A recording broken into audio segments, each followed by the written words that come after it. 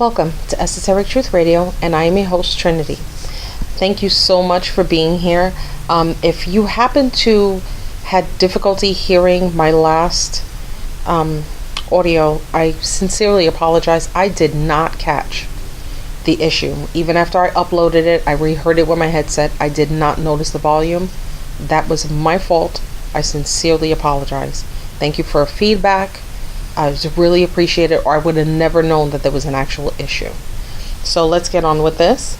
I did do a video about 15 minutes before this, and it was basically an intro on how I found Dr. Beater's work and the non-stop stuff that I had to go through in order to get his word out while being fought by everyone under the sun, stating that this person wasn't real. So if you want to kind of find out how I bumped into this, it is on my website, and you can kind of just visit me there and see everything that I went through.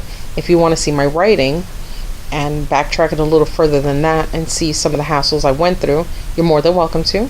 You can just go into a Google search and look up "ever heard of Dr. Peter Beater" with a question mark, and it's the #1 search result on Google. So you'll bump into me. I wrote about this back in June of 2011. And I've always been fascinated by his work, by how much he's actually said and how much stuff has actually come true. Himself, like many other whistleblowers before and after him, may not always get everything completely right. And as far as I know, we don't even have prophecies that come on the same day. So if you want to just get a good amount of information about something that you never would have thought was being discussed back in the early 70s, late 60s, then this will be a huge eye-opener for you. I will be covering bases that you wouldn't, and bases, by the way, moon bases, coordinates, you name it. This is going to have the works, and I plan on doing the entire series, which took him 7 years. It's not going to take me 7 years, but I'm definitely going to be here for a few months. It's an 80-part audio, and it'll be about 1 hour each. So again, thank you so much for your time and your patience, and I promise you, you will always leave one of these recordings finding out something new.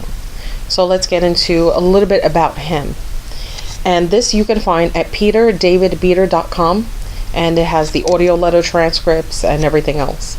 I decided to not just write this out and just play a video. I wanted to actually verbally discuss it, because there are connections that you can make today. Dr. Peter Beater first came to widespread popular attention in 1973 through his best-selling nonfiction book, The Conspiracy Against the Dollar, which I own. That's how far I felt like I had to go to prove that he was real. It was a gripping tale of international economic intrigue and monetary manipulation carried out by the coordinated actions of multinational corporations, grown more powerful than many of their host countries. The objective, to deliberately undermine and ultimately destroy the United States dollar as a major tool of political and economic conquest under the banner of, quote, a new imperialism. A crescendo of unhappy consequences were to be expected. An accelerating economic stagflation, a now popular word coined years ago by Dr. Beater, deteriorating financial status of municipal and state governments, deepening social unrest, and increasing tensions over the Panama Canal, and more. Events during the past decade have followed to an astonishing degree the blueprint which Dr. Beater revealed in his book. In September of 1974, Dr. Beater acquired a new distinction as the man who opened Fort Knox. The previous April, Dr. Beater had charged in congressional testimony that the legendary U.S. bullion depository at Fort Knox had been looted of America's monetary gold hoarded allegedly stored there. He stood ready to present evidence and witnesses to substantiate his charges, but neither a grand jury nor a congressional inquiry into the matter materialized. So Dr. Beater then took his case directly to the public. Through lectures, radio talk shows, and publication of his charges in a tabloid newspaper, he was able to put such intense pressure on the federal government that a completely unprecedented step was taken in order to stop the public outcry. The U.S. Treasury Department arranged a so-called gold inspection visit for a few congressmen and 100 invited newsmen, on September 23rd of 1974. Significantly, however, Dr. Peter Beater himself was not amongst those invited, nor was any other outside expert on gold. The celebrated Fort Knox visit and the so-called gold audit, which followed, contained many irregularities which the Treasury Department has never explained. So it goes into more of his work after this, but I just want to kind of cover his professional credentials in this part, because I'm going to carry all of his audio letters. There's nothing this man has never said that you're not going to hear by listening to this series. So the things that made public by Dr. Beater are extraordinary, but so is the professional background which preceded his public visibility. He practiced general law in Washington, D.C. from 1951 to 1961, becoming a member of the U.S. Court of Military Appeals in 1952 and the U.S. Supreme Court in 1964. Many of his cases were against the federal government, of which he won, including one case in which he caught none other than the U.S. Department of Justice burning records in an attempt to defeat him. The resulting decision was Farley v. U.S. 131 C.CLS 776, which was made into a new law.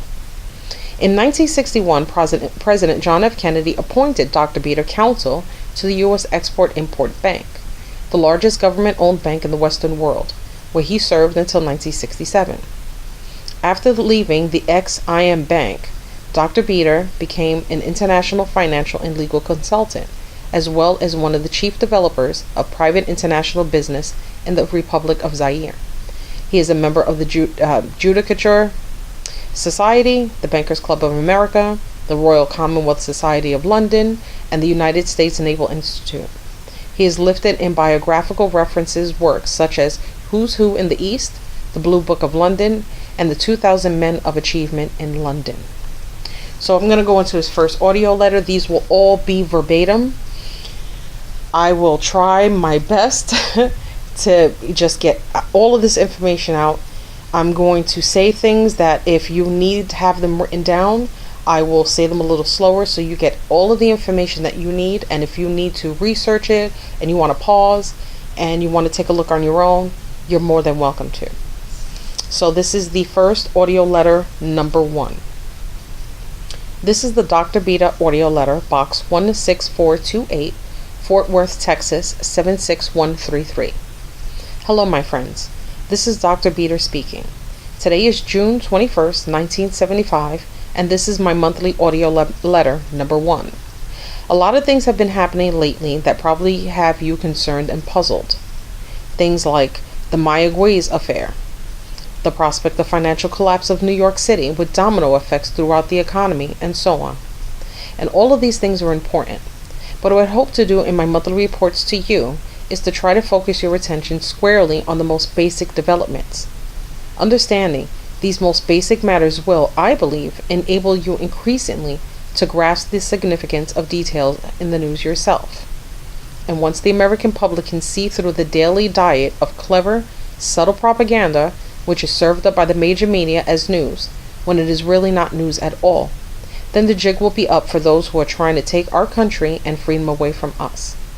In this audio letter, I therefore want to discuss just 3 topics. Number 1, an important matter concerning evidence in the Fort Knox gold scandal.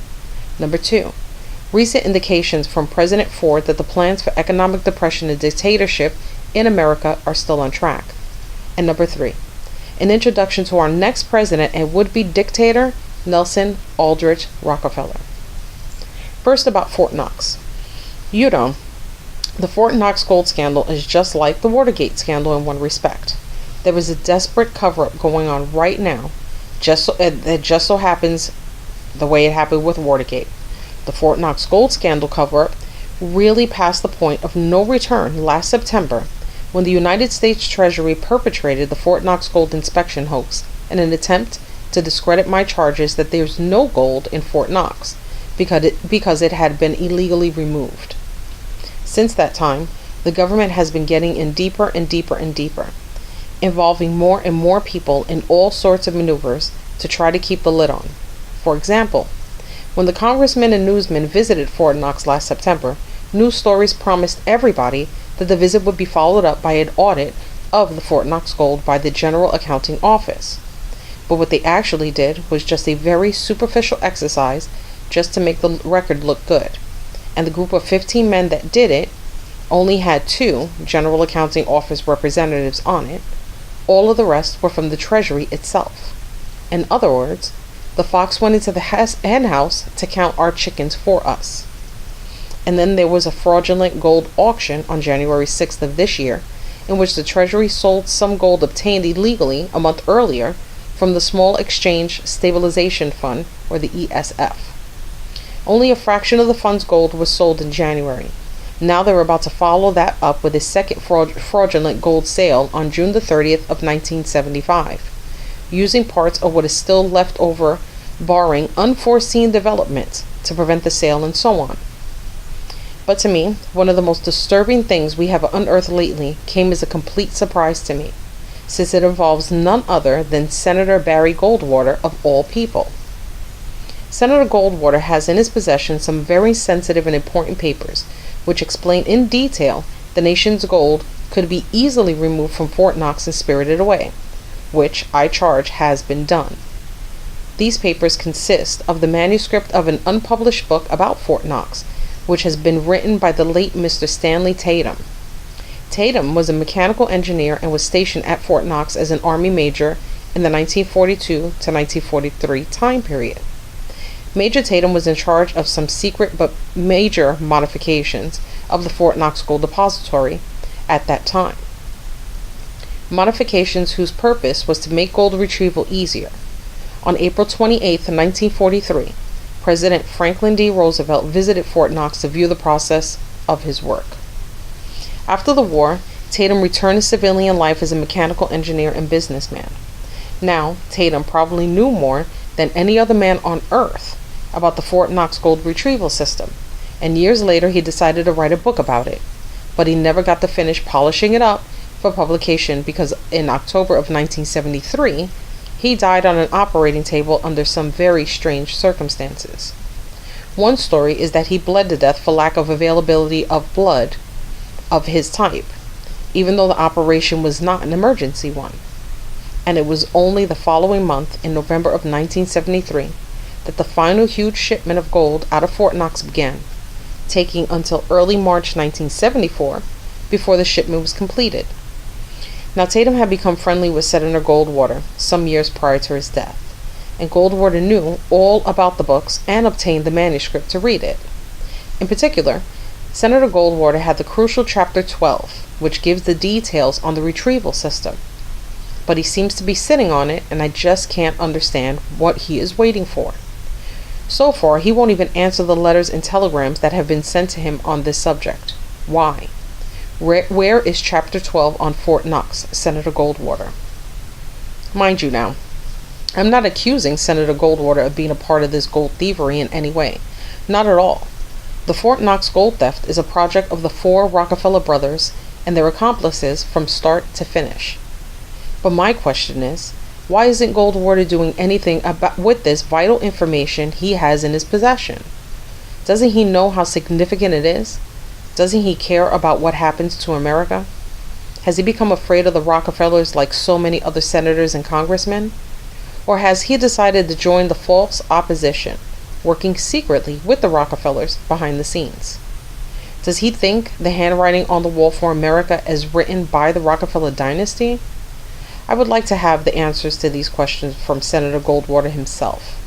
I turn now to the second topic, which is recent developments involving President Gerald Ford. Early this month, President Ford strangely fell 3 times in one day on a state visit to Europe. The next day he was seen stepping cautiously down an aircraft ramp holding on to both handrails, while Miss Ford walked down ahead of him with the greatest of ease. The news media quickly explained it all away with a big fury of items about his football knees as the source of the problem. What you may not know, however, is that a week or so later, after public interest had been deflected to other matters, a quiet and little noticed announcement was carried in Washington papers, in which President Ford's doctor stated flatly that the falls had nothing to do with his knees after all. No other medical explanation was offered. but I am informed that President Ford's health does seem to be deteriorating for reasons which are not yet made clear. On June 16th of 1975, President Ford did something completely unprecedented in American politics. He endorsed his presumed running mate, Nelson Rockefeller, for 1976, even though he himself still had not announced his own candidacy. A year ago, I was told by one of my informants, the late Miss Louise Boyer, who was Nelson Rockefeller's private secretary and confidant for over 30 years, that Ford would leave office well before the end of his term to be replaced by Nelson Rockefeller. She furthermore expected that this would occur by June of 1975, this month. It may well be that the Ford's oddly premature endorsement of Rockefeller and the appearance of health problems on Ford's part are signs that the planned elevation of Rockefeller to the presidency is in fact near at hand. In any case, the next day, June 19th, 1975, the third anniversary of the Watergate break-in, President Ford made a rousing speech to small businessmen meeting at a national convention here in Washington. He said a lot of things that were exactly what the audience wanted to hear. For example, he said he was certain, quote, "We are now at the bottom of the recession, and that an upturn lies just ahead." That remark and a few others like it were picked up by the press and are probably all you heard by way of the major media. But woven deftly through his speech were a sequence of key phrases which paint a very different picture. A picture which coincides exactly with the chilling plan for an American dictatorship about which I have been trying to warn for 2 years. Briefly, this plan is for the United States to be manipulated into terrible economic straits by Election Day in 1976, so as to complete the collapse of confidence in our free way of life that has been fostered increasingly through educational and other means for decades. On Election Day of 1976, we are going to vote, amongst other things, in a referendum, not a customary procedure at all here in America, to scrap our present Constitution and accept a new one in its stead. The new Constitution, which is to be subject of an audiobook I plan to tape soon, has already been written and would totally reorganize our government along totalitarian lines and abolish free enterprise in favor of total governmental control and regulation. With this plan in mind, listening now to a sampling of phrases from President Ford's speech that were not part of the crowd-pleasing rhetoric which the press reported to the nation. Quote, "In the months ahead, we face a very critical choice: preservation of free enterprise or a headlong plunge into governmental regulation." Now, the words critical choice harken back to Nelson Rockefeller's Commission on Critical Choices for Americans, on which Gerald Ford served after becoming president. In turn, Rockefeller got the commission's name from a book published in 1930 with Rockefeller financing called The American Rich by Hoffman Nickerson, an associate of Nelson Rockefeller. The book urged that we would one day have to make a, quote, critical choice for Americans, namely replacement of our republic with a hereditary dictatorship. This is, in effect, what President Ford said we face within a matter of months, now regardless of the upturn fed to you through the major media. Next quote, "From my travels, Americans have not arrived at a consensus for collectivism." Also, quote, "We have not held a referendum to repudiate our present system." President Ford merely said, "We have not done these things," but his implication was that we have not yet done these things which should be unthinkable. Why in the world would he mention a referendum? Just take a glance at Great Britain, which is further down the road we are now traveling. For the first time, the referendum has made its appearance just this month there, and it has been identified as a symptom of failure of representative democracy and a harbinger of basic political change. The consensus for collectivism mentioned by President Ford is exactly what the deliberate economic disaster lying just ahead is supposed to bring about.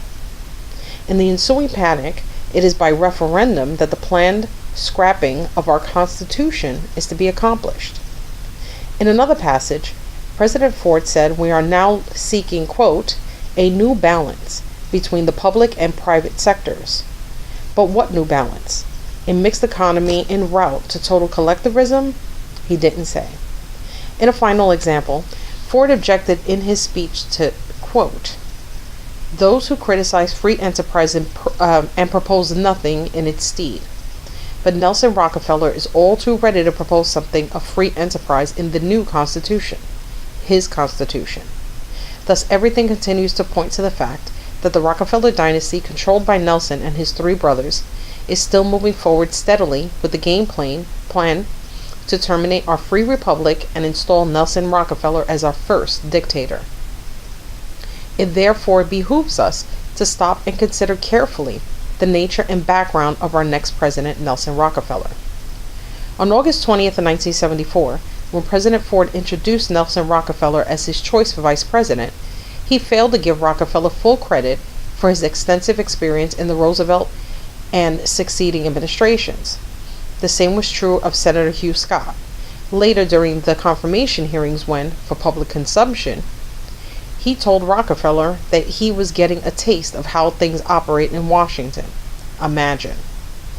On his return from a year-long honeymoon trip around the world, 25-year-old Nelson Rockefeller was put in charge of the completion and renting of Rockefeller Center, and also helping to redirect the Roosevelt administration by his father, John D. Rockefeller, Jr.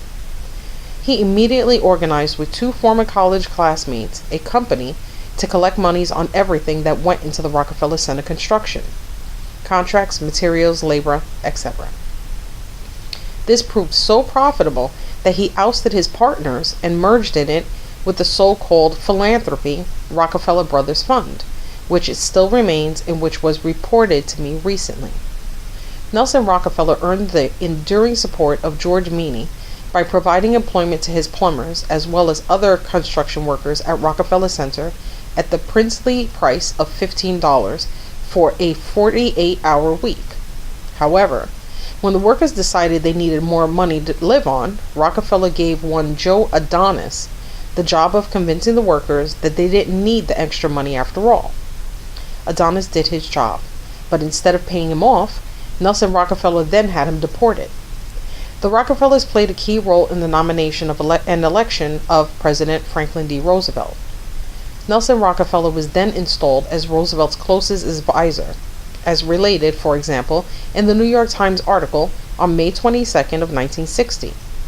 In Rockefeller language, closest advisor means boss, and the New Deal, which is generally attributed to FDR, was actually designed to start carrying out the transformation for republic to totalitarian government prescribed in the Rockefeller finance book, The American Rich, which I have mentioned was published in 1930. Nelson Rockefeller induced Roosevelt to proclaim the so-called bank holiday, closing all banks. All banks controlled by the Rockefellers were permitted to reopen, refinanced at taxpayer expense. Many other banks, however, were permanently closed.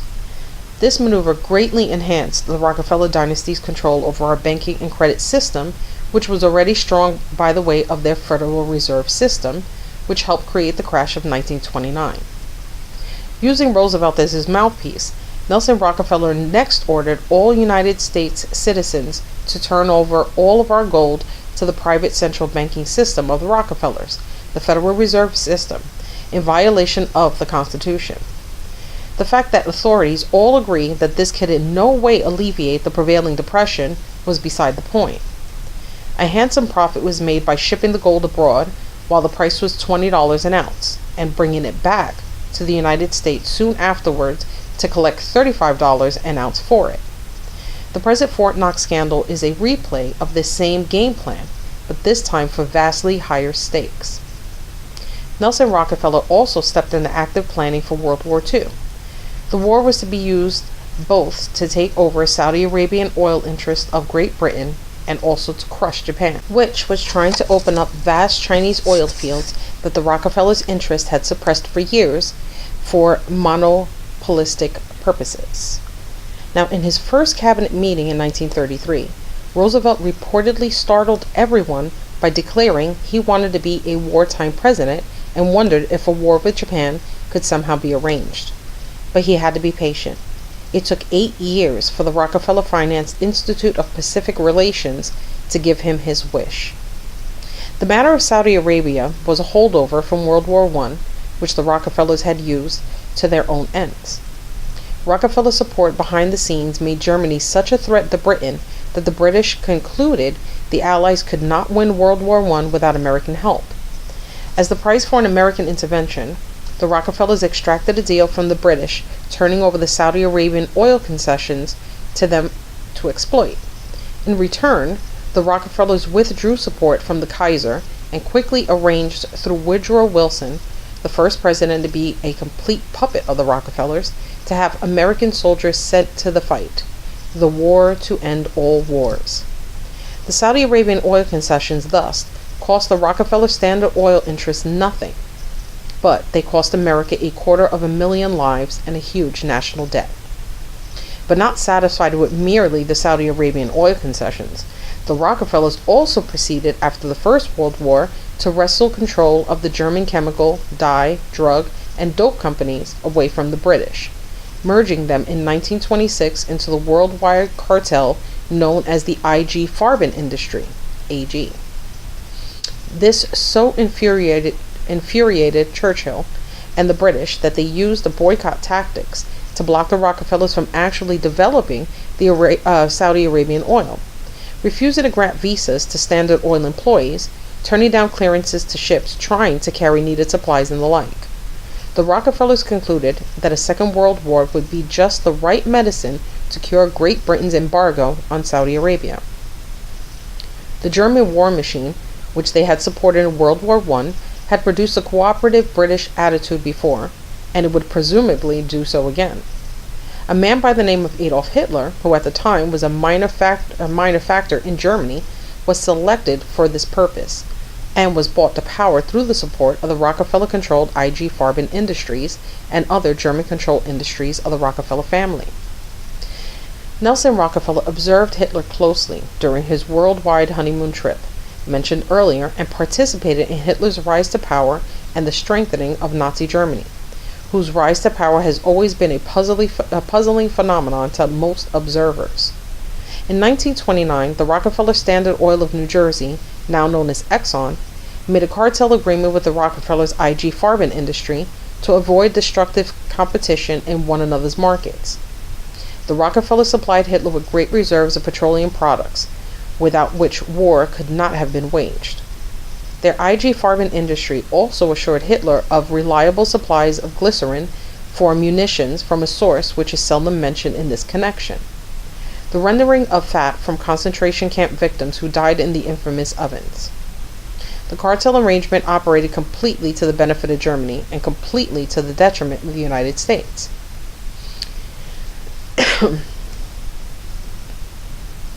As was brought out in devastating detail by the hearings held by Harry S. Truman during the first half of 1942. As documented in those hearings, the Rockefeller Standard Oil treated its agreements with the Rockefellers' IG Farben industry as taking precedence over any considerations of patriotism or duty to America, and continued to block all efforts to make synthetic rubber and other critical war supplies available, even after we were at war. Thus, the Nazi war machine of Adolf Hitler was built up to provide the menace to Britain which the Rockefellers desired as a means of opening up the Saudi Arabian oil concessions permanently to themselves.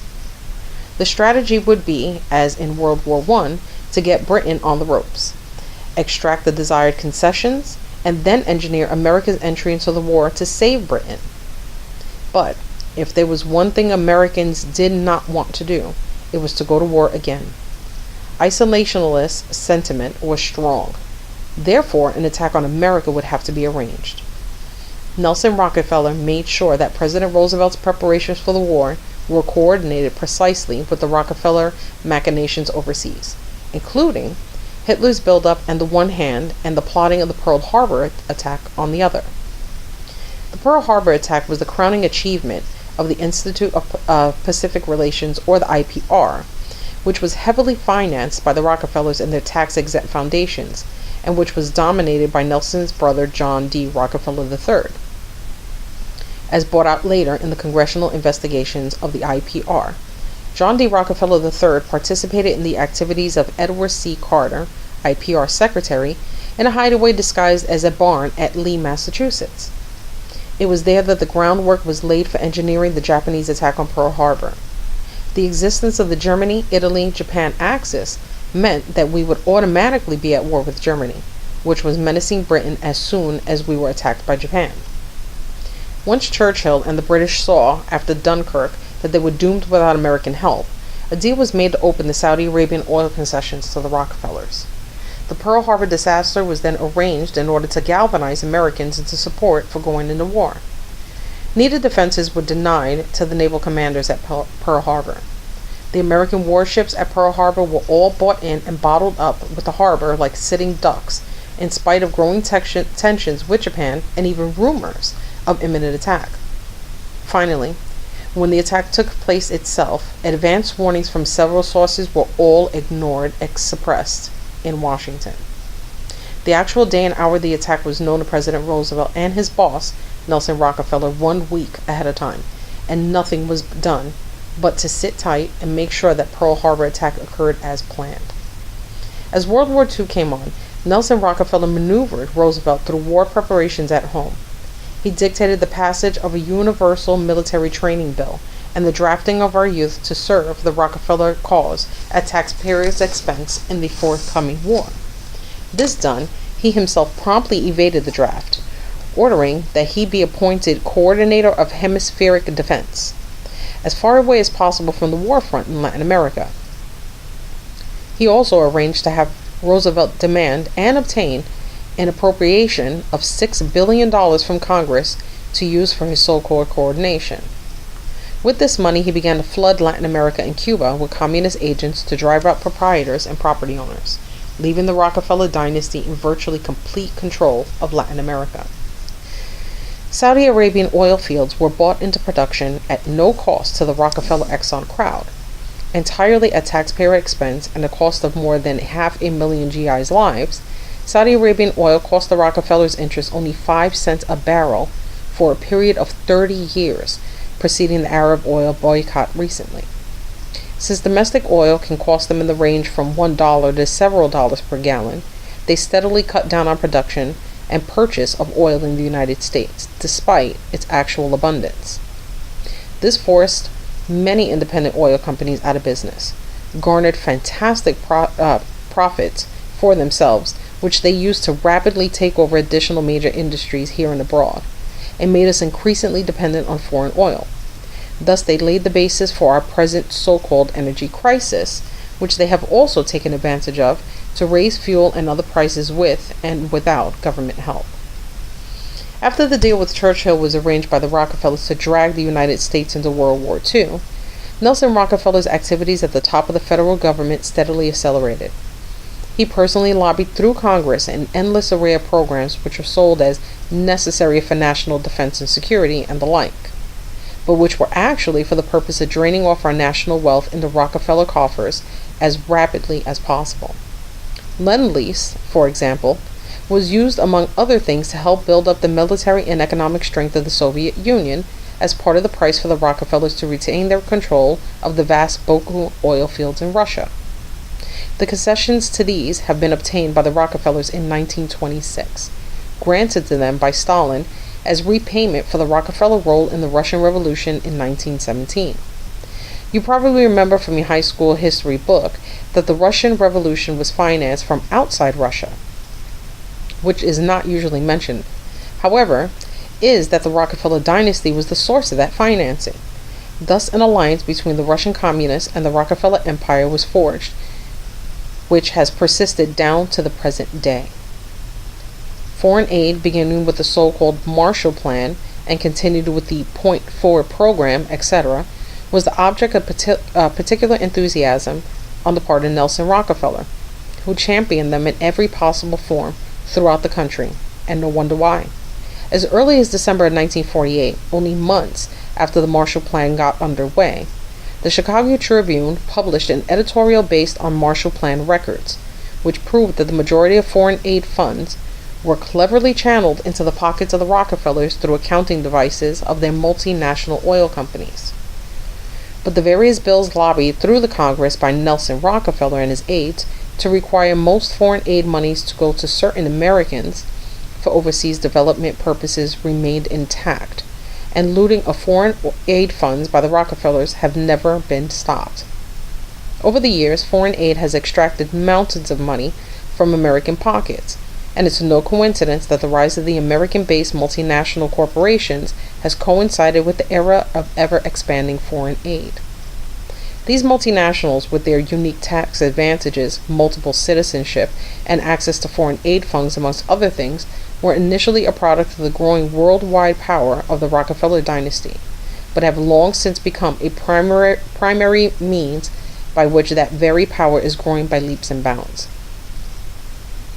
In my book, The Conspiracy Against the Dollar, I have explained in detail how the huge multinationals controlled by the Rockefellers were used in 1971 and 1972 to start the United States dollar on the road towards complete destruction, a process that is now entering the final critical stages.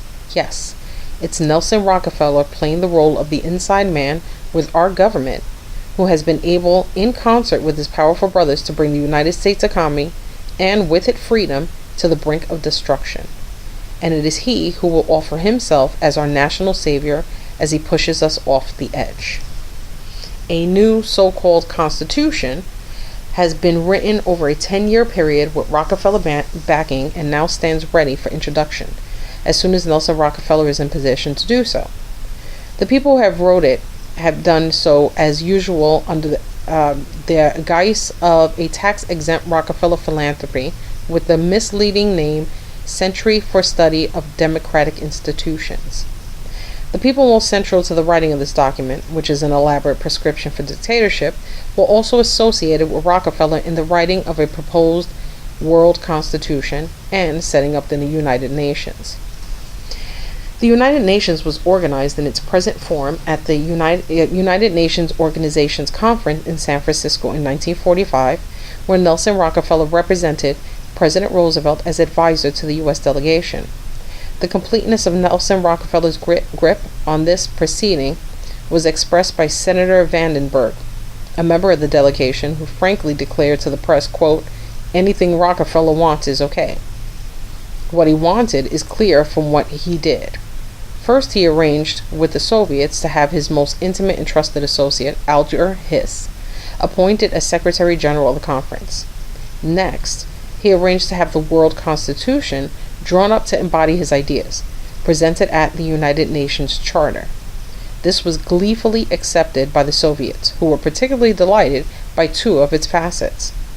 First, in its effect, replaced the United States Constitution, since provision of the United States charters are always to be followed wherever there is any conflict. Because of this, treason against the United States of America, which is clearly defined in our Constitution, has ceased to be considered a crime or therefore punishable. This is why Nelson's brother, John D. III, for example, was immune from punishment, even though his treason in the connection with Pearl Harbor was established in congressional investigations. This is why Ramsey Clark, Jane Fonda, and other Americans who went to Hanoi in the midst of the Vietnam War and gave aid and comfort to the enemy were immune from punishment. Even Alger Hiss, caught in his treasonous activities on behalf of Nelson Rockefeller by Richard Nixon, could not be convicted of treason. Hiss was convicted merely of perjury in connection with treason, which is equivalent to saying that treason's okay, but lying about it is the only crime. The second provision of the United States Charter offered by Nelson Rockefeller and adopted by the conference was the establishment of the United Nations Military Affairs Committee, to which all member nations must report in advance any contemplated military action in full detail. The Soviets, of course, were overjoyed with this because of a collateral agreement which was also made, namely, that the chairman of the United Nations Military Affairs Committee must always be a Soviet general. This agreement has been carried out to the letter now for 30 years. Thus, Nelson Rockefeller guaranteed that the United States would never win an armed conflict. The outcomes of Korea and Vietnam were thus foregone conclusions as soon as they started. Tens of thousands of American GIs would be killed. Hundreds of thousands would be wounded, many of them maimed for life. Billions of dollars would be siphoned out of American pockets and into those of the Rockefeller interests and allies, and the self-confidence of the American people would be undermined. The Rockefellers were so pleased with the United Nations that they donated the property for it, its permanent headquarters in New York City. During the Eisenhower regime, Nelson Rockefeller blossomed out in all his glory. Eisenhower was grateful to the Rockefellers for giving him the presidency, particularly Nelson Rockefeller's uncle, Winthrop Aldrich, who made it very attractive for a large portion of Senator Robert Taft's delegation at the Republican Convention in 1952 to switch to Eisenhower. Ike's first act after inauguration was to give Nelson Rockefeller a free hand in reorganizing the executive branch of the government. Rockefeller moved with his entourage to his estate at 2500 Foxhole Road in Washington, from which he ran the government while Ike went around the country building his reputation as a golfer. The only portion of the executive branch that really aroused Nelson Rockefeller's enthusiasm, however, was the military, which he promptly recycled under one roof. Having made sure the UN and other means that America's ability to truly defend itself was at an end, he named the reorganized military complex the Defense Department. He made its prime function the sale of munitions and military hardware around the world, and put at the head of each division the top salesmen in his field. Their job is to sell ever more of the dynasty's war material, using field demonstrations, minor conflicts, and even wars to help sell them. It is a competitive effort among the several military branches, with rewards going to the most successful. And so it is, my friends, that you have probably noticed a major shift in the way our weapon systems are developed and marketed over the past 25 years. It used to be that America developed the best possible weapons for America, and for the most part sold off to other nations only as they were replaced by newer and better ones for our own use. But nowadays, the first consideration for a new warplane, for example, is to beat the bushes around the world to see how many other countries we can sell them to, even while the warplane itself is still on the drawing board. Needless to say, this leaves us without any real secrets in many areas of our so-called defense. But it does make a lot of money for Nelson Rockefeller and the rest of his dynasty, which controls the major manufacturers of armaments in America and abroad. In the late 1950s, Nelson Rockefeller decided the time had come at last to run for elective office. His decision initially coincided with the adoption in the New York State of mechanical voting machines made by the Automatic Voting Machine Company of Jamestown, New York. This company had been purchased and merged into the Rockefeller-dominated Rockwell Manufacturing Company. Rumors were widespread that they were fixable and facilitated the stealing of elections, but these suggestions were ridiculed by some who proclaimed themselves to be authorities. In any case, Nelson Rockefeller, New Deal Democrat, resolved to enter the race for governor of New York State as a Republican, since the Democrats were committed to nominating someone else, Averell Harriman. He was welcomed into the Republican Party without difficulty and easily became the nominee. After winning the election, handsomely I may say, he promptly took full control of the Automatic Voting Machine Company by buying up stock from minority stockholders at $20 per share, 5 times the market price of $4 a share. Of course, there was no suggestion that this reflected his evaluation of the role the machines played in his election. 7 years later, in the early 1960s, a great hue and cry arose in Louisiana about the stealing of elections by means of a different machine in their use, the Shoup voting machine. Finally, the legislature was forced to act on the basis of a concurrent resolution. The legislature staged a demonstration of the various voting machines used in the United States. Former employees of the companies demonstrated the ease with which such machines could be fixed to steal elections. In the course of the demonstration, it was shown that the Shoup machine could be more easily fixed, and in more ways than any other for the purpose of election stealing. Very shortly thereafter, New York State, whose governor was now Rockefeller, ordered the disposal of their automatic voting machines at sacrifice prices, and their replacement was Shoup machines. Control of the Shoup voting machine company was also purchased, passed through a number of obscure transfers, which Dun and Bradstreet had difficulty in following, and reportedly ended up, when last checked, in an obscure subsidiary of what is now known as Exxon. The Rockefeller control of Exxon is, of course, well known. Thereafter, Nelson Rockefeller had no difficulty in being reelected time and again, despite his growing unpopularity in New York State. While governor, he increased New York State taxes more than 500%. He increased the state debt by more than 300%. He launched massive spending projects such as the Mammoth Albany Mall project to house government offices by devious financial schemes put together by clever advisors such as John Mitchell, so as to circumvent voter desires, and refuse to be distributed by minor matters like 3-to-1 cost overruns and functional unsuitability of some of these projects.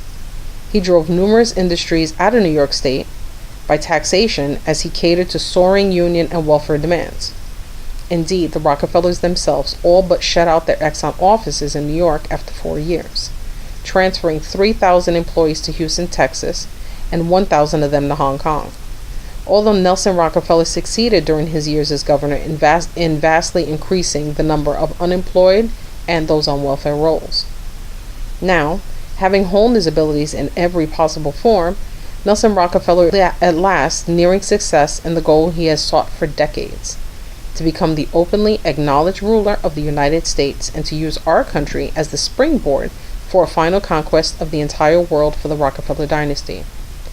He celebrated the 25th Amendment, by which he and Gerald Ford had come to office without submitting themselves to a vote of the people.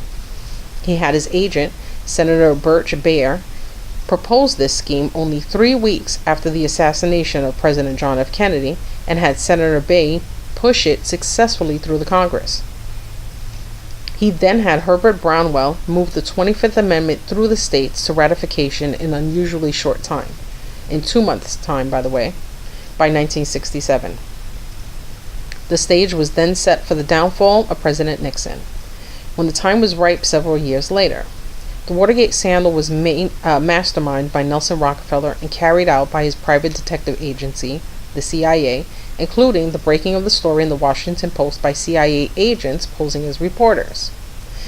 My friends, the things I have told you about are shocking, brutal, and frankly unbelievable at first hearing.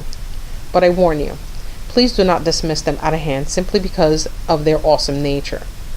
These things are the truth, and they merely give you an idea of what is coming soon if Nelson Rockefeller, working in concert with his brothers David, Lawrence, and John D. III, is allowed to succeed in his dictatorial plans. The first step in stopping this madness is for you, the American citizen, to realize what is happening. Hitler achieved his post by legal means as set up in the Constitution of the Weimar Republic. He was appointed Chancellor of the Reich by aging President von Hindenburg on January 30th of 1933. And remember, President Ford on August 20th of 1974 appointed Nelson Rockefeller as his vice president. The German citizens who watched Adolf Hitler maneuver his way to power, in many cases, simply could not believe their eyes and preferred to hope out of blind optimism that things would not deteriorate completely. They suffered horribly for failing to observe, to grasp the truth, and to act. Please, my friends, let us not allow this to happen to us. Until next month, this is Dr. Beater. Thank you, and may God bless each and every one of you. And that is the end of the first one. So I'm going to bring this up very briefly. I just saw an article where they discussed the Rockefellers and Exxon and them actually trying to cover their bases on all of the information that I actually put out here. Now you kind of have a better understanding of, even though he never actually made it to president, he had a huge role in everything that's still collapsing till this day. The money, how it's being taken, how corporate entities are in such a controlling place right now within all governmental agencies and a part of everyone's everyday life. But this kind of gives you a little bit more detail on whether he was going to be the president or not. He still played a huge part.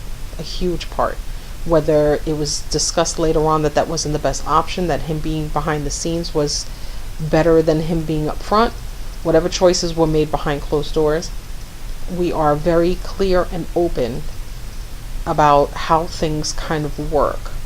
I hope you join me for audio letter number 2, which I will have out very, very soon. Thank you so much for taking the time. My name is Trinity, and this is Esoteric Truth Radio.